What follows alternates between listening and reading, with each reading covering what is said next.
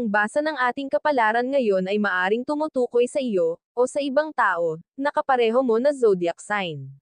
Ito ay isang simpleng gabay po lamang. Tanging ang Panginoon lamang ang siyang nakakaalam sa magaganap sa ating buhay. Gawing gabay at Tagalog Chinese Horoscope December 18, 2023. Year of the Rat. Hindi mapagtatakpan ng isang pagkukunwari ang katotohanan. Kaya wala kang dapat ipag-alala. Kahit pa hindi ka kasihan ng tadhana ngayon, sa huli ay lalabas at lalabas ang katotohanan kahit na ano pang pagtatakip ang gawin nila. Maswerteng numero, 3, 9, 12, 40. Year of the Ox. Nasa sayo ang mga katangian ng isang tunay na leader kaya hindi ka dapat mag-alinlangan na tanggapin ang alok sayo ng nakararaming miyembro. Makakaya mo silang pamunuan sa kabila ng mga nakaambang pagsubok. Maswerteng numero, 18, 32, 35, 56. Year of the Tiger. Higit kaninuman ay ikaw ang nakakaalam kung ano ang mas makakabuti para sa iyong mga anak kaya huwag kang mabahala sa gagawin mong pagpapasya. Walang magagawang buti sa iyo ang mga sismosa sa paligid mo. Maswerteng numero, 7, 16, 23, 25. Year of the Rabbit. Ang inaakala mong pagkakataon na hindi na darating sa buhay mo ay magaganap ngayon. Hindi mo na ito inaasahan kaya naman labis ang pagkabigla at sayang mararamdaman mo. Hindi mo na mapapansin ang problemang iniinda. Maswerteng numero, 10, 21, 27, 38. Year of the Dragon. Magiging mapalad ka sa araw na ito dahil sa isang tao na malapit sa puso mo. Ang swerteng ihahatid niya sa iyo ang magiging dahilan ng ngiti sa iyong mga labi sa loob ng maghapon hanggang sa pagtulog mo sa gabi. Maswerteng numero, 44, 46, 72, 78. Year of the Snake. Ang kamalasan mo ngayong araw ay may kaugnayan sa iyong bagong negosyo. Mali ang diskarteng ginagawa mo kaya naman sensible ang araw na ito para sa iyo. Hindi rin ito ang linyang magpapaangat sa kabuhayan nyo. Maswerteng numero, 11, 21, 30, 50. Year of the Horse.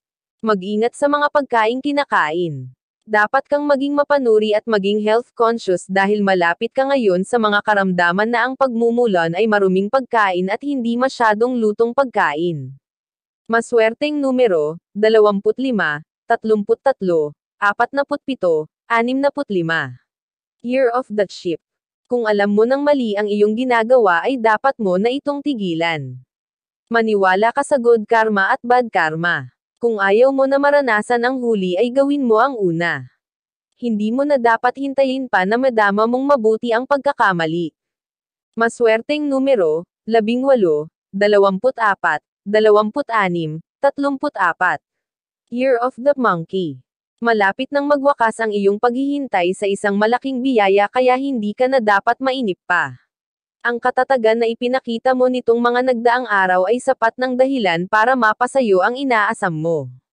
Maswerteng numero, 13, 14, 45, 56. Year of the Rooster. Isang tao mula sa iyong nakaraan ang magbabalik, subalit hindi para maging bahagi ulit ng buhay mo kundi para ipaalala sa iyo ang obligasyon na halos nakalimutan mo na dahil sa mga bagong kaibigan na pumasok sa buhay mo. Maswerteng numero, 35, 38, 50, 60.